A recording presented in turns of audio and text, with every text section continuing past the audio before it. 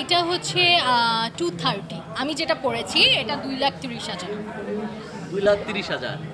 2,30,000 যদি একটা ড্রেসের দাম হয়ে যায়, তার সেই বউকে সাজতে নিশ্চয়ই কোটি টাকার উপরে সাজ লাগবে টোটাল। মেবি। বিয়েটা তো সবাই জীবনে একবারই করে, সো এখানে কেন ইনভেস্টমেন্ট একটু বেশি নয়? এই যে 2,30,000 টাকার ড্রেস পরছেন, কেমন লাগছে ভিতরে ফিলিংসটা? এই তো বেশ সুন্দর লাগছে, আপনারা কমপ্লিমেন্ট দিচ্ছেন, এটা আরও বেশি ভালো লাগছে।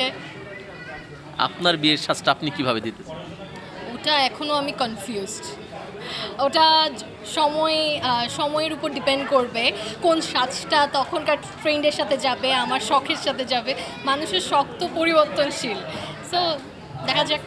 এই যে বউ সাজ দেওয়ার পর মনে হচ্ছে না যে আমি কেন এখনো বিয়ে করলাম না, আমার বউ সাজা খুব জরুরি, খুব দ্রুত?